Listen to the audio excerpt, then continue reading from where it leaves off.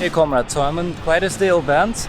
The guy Brady contacted me after my last video of comparing vans. He's like, hey, I have a shop in Kamloops that specializes in that. Kamloops is away from Vancouver, like 4-hour drive, but I was going camping in that area with my family.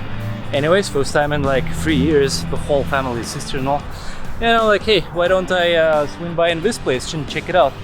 And compared to me, as you can see, these guys are huge now. Now my truck looks tiny.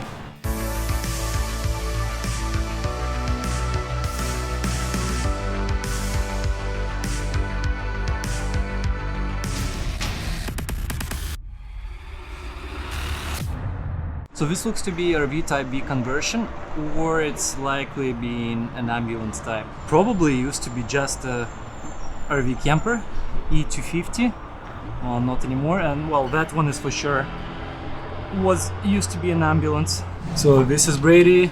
So is this your company? Or yeah, like my brother and I. Yeah. So what do you guys actually do here? It seems like, because I arrived here, there's like split kind of branding here going on. Yeah, so we do automotive repairs, general lift kits, installs, tires and wheels, everything on pickups and SUVs, stuff like that, Jeeps.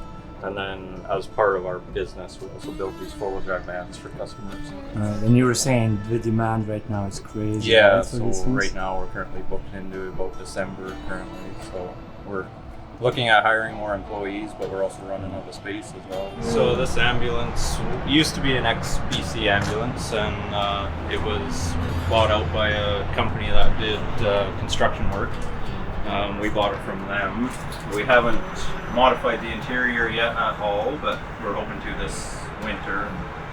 Camperize it, put in a bed and stuff like that, and then eventually, if fall goes well, we'd like to set it up for dirt bikes or mountain bikes, stuff like that. The typical North American van has a full frame. It's a true 1-ton, huge brakes, huge rear diff, stuff like that. The Transits and Sprinters, more of a European kind of feel to them. Way lighter duty, the brake rotors are half the size, stuff like that. They don't have a full frame. It's all unibody stuff. And the all-wheel drive Transit van doesn't have low-range transfer case, so you're stuck with just an all-wheel drive van with no low range, which can cause some issues if you're out in the bush or whatever. When it's fully loaded. Yeah. To its spec. Yeah, out on a beach or sandy surface, stuff like that, low range is definitely nice, or climbing up a rocky hill or something like that. So you're limited on, a couple inches of lift plus a little bit taller tire on a Transit or a Sprinter. Some of the Sprinter 4x4s you can fit up to a 35-inch tire on them now, so they're getting to be more capable for sure. These things, we can run 35-inch tires on them all day long. 3 of these rigs have 35-inch tires on them already with no problems. Some guys are even running 37s on them, which but that's overkill. That's how I say it sometimes to people. It's like, would you take your home, let's say it's a yacht, in the middle of a storm? Yeah, no. On purpose? It's the same thing here, right? Big lifts, all that, like when you invested so much and you live in, if you're living full-time out of your home, you're not gonna go super rough. Sure, you're gonna go on like some trails, and a little bit of lift is nice. And this is inside the Nissan body. And this is not extended version, maybe Nissans don't even make those. But yeah, it's just still not enough space here if it's not extended version, right? Like a good shower or whatever.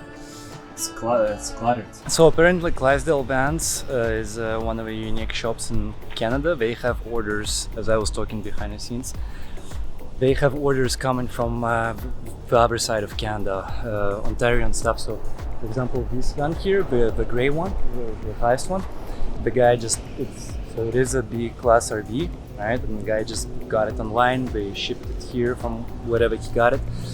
He just built it out for me to the spec. It's kind of similar situation as how Big Country Customs do things, fabrication shop in BC. They really can pretty much fabricate anything you would like, whatever your imagination desires. And sometimes they get orders, people coming from Europe, and they bring them a vehicle or order up front and just do a big order, here's 100K, get it all done for me, put a box on, and it's It's not that we get it all the time, these kind of orders, but because there are so few shops in Canada that actually do full-on conversions and crazy stuff, like BCCs for trucks kind of thing, Toyotas, all that. Sometimes I've seen vans there too, but these guys, it seems like, ooh, you can do whatever you like for the vans. Just to put things in perspective, my truck is so tiny, seriously. I'm ashamed now.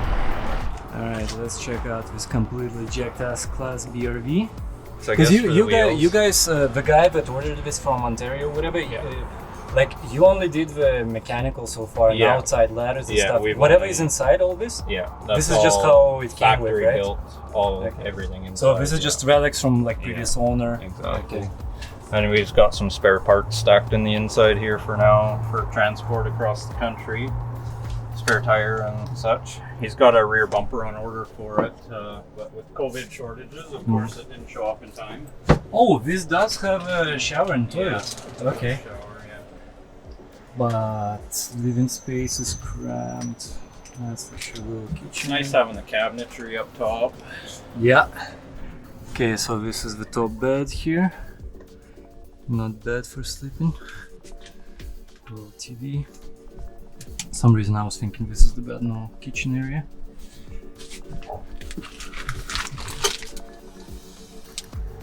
Definitely old rig. How many Ks on this rig? This one has 278 on it, I think. So it's fairly high mileage, but and it's what E350 with the 5.4 liter motor. So we re-geared it to 4, 5, 6 gears to just make the power bend a little bit better with the 35-inch tires. And then we did front and rear air lockers at the same time, ARB air lockers. Is that the diesel engine or no? Gas. Yeah. Good. So you can get some of these with the V10 motor in them, which would be a bit better for power. It's super rare to find any van, for that matter, with a diesel in it. Then you're burning so much gas. Yeah. This engine, what you said, is probably fine for this way, just fine. Yeah, I mean, it'll do 120 on the flat highway or whatever. You hit a hill and you're slowing down to 90 kilometers an hour, but I mean, for the most part, they're not race cars, so.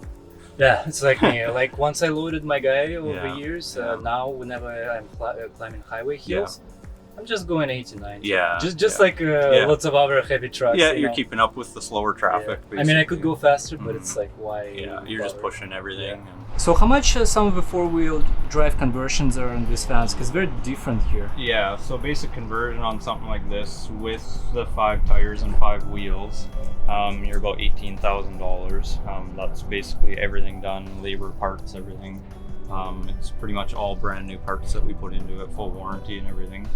And this is a E350 van, so there's no special axle, nothing? No, so this runs a Ford Super Duty front axle out of like a 06 and newer F350 pickup. So they're easy to maintain, easy to work on, just not really any specialty parts involved. So this van here, you're probably looking at about $20,000 roughly for the conversion with the 5 tires and 5 wheels.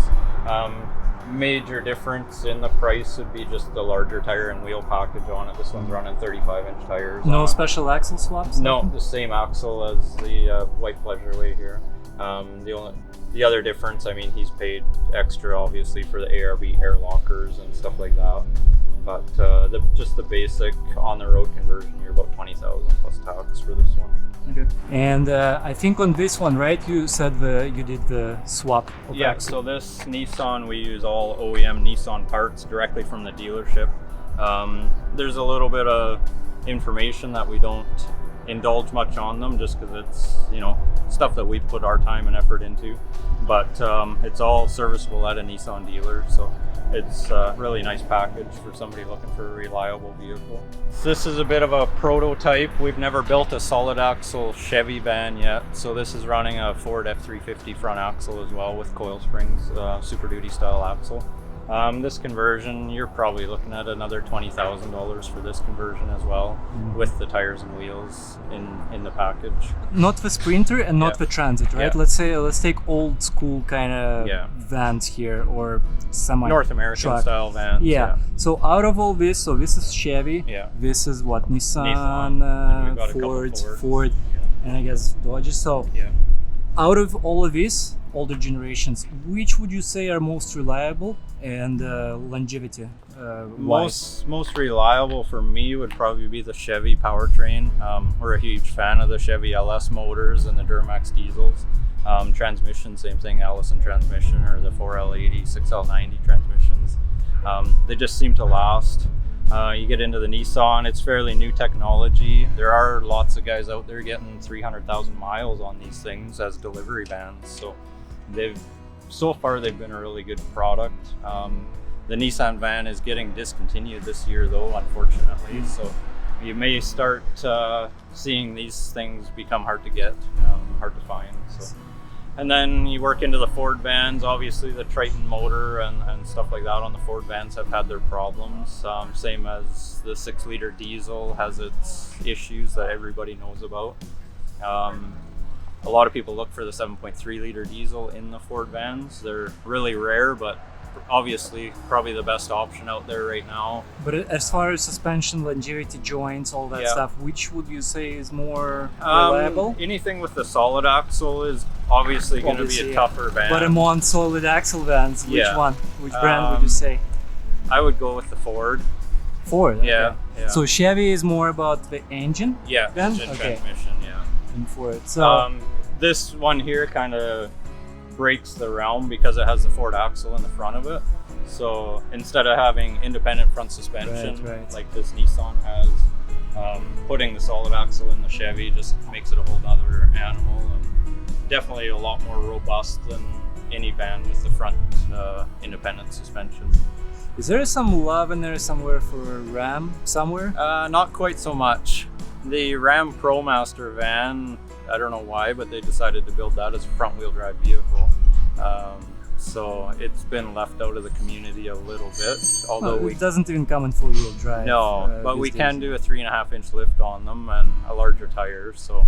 But among older vans, I guess not too many people can do like the older Dodges? Dodge, no? Like 80s, 90s Dodges. There's not much out there for them. Which is kind of nice. I mean, if you're just looking for a 2-wheel drive camper van, you can pick up a Dodge van for fairly cheap. They're not really desirable like any of these ones would be with everything going on in the market today. So a few weeks ago, a lot of people probably don't know this yet, but we partnered with Peden and we took over their website and their online store. So currently we're the largest AEV stocking dealer in Canada right now. So Glendale Vans is actually a kind of like subsidiary, it's just a brand. Yeah. What's the actual company name? The physical company name is Sportsman Light Truck. So we do everything truck related, like building overland rigs like this. And then we do the van stuff as well. And that used to be your milk cow for years until the van market exploded. Yeah, until COVID hit and the van market just exploded. And so would you attribute van market exploding extremely big? Because I had debate with my friend due to COVID. Yeah, for sure. Yeah, it's people buying up vans, not necessarily the shortage in manufacturing, but just the van market itself. Yes, going crazy. But due to people that want to live and travel out of that, or more like just businesses buying out? I almost think it's the new fad to a point. I mean, 5 years ago and even up till now, it's been trucks and Tacomas and Jeeps and stuff like that. Yeah. And a lot of those people are now getting a little bit older, maybe in their life, and settling down a bit more, and maybe moving into a van is a better opportunity for them for a bit more space. Well, thanks for showing me around. Yeah, no problem. You spent like a good hour with me, actually. Just talking vans, talking everything. It's great actually to bump into owners of shops and stuff that are really passionate just to talk. Just hang out, whatever, talk about these things, because you love it, you have your van, you go out there, you do the same thing. Yeah, and we're located up in Kamloops, so I mean, we don't get the Vancouver scene a whole lot. It's much more popular down in the Vancouver Lower Mainland area. And you drove to Baja as well too. Oh yeah, I've been down there. I don't even countless times. I can't even count how many times. Oh really? Yeah. Nice. Yeah. I grew up half my child life down there. My parents had a house down there for a little while. So yeah, that place is beautiful. It's like the first thing when I take full time, like that point when it comes. First thing I'm doing, seriously, not even States, not Canada. I'm just driving straight up to Baja. Yeah. And I'm chilling there for like half a year. Oh, for sure. Go to all the spots that I haven't checked out in past trips. take my time for like a week at each beach, you know, just relax. And so far, my favorite area is around Mulahey and Loretto. I see. The Yeah. beaches in Mulahey area are really nice. Lots of nice areas at around Bahia de Los Angeles. Yeah, Right? yeah. That's where you get that whole stretch from the Bahia de Los Angeles Yeah. to All Guerrero the way Negro, nice and down. right? That stretch. Yeah. So many path Oh, turns yeah. off. You can just get lost in Just there. endless. Yeah. Yeah. All right. Well, thanks, man. Cool. All right. Yeah. And I'm not sure what I'm gonna do. I'm Yeah. still undecided. Yeah. But Definitely. if it's van, I guess maybe I'll come to you Yeah. If guys. you have any questions, let us know. Hey comrades, don't forget to hit that like button and also leave a comment, and if you haven't subscribed yet, you should by hitting that subscription button and also bell notification next to it, so you can actually get my video updates both in notification in your video feed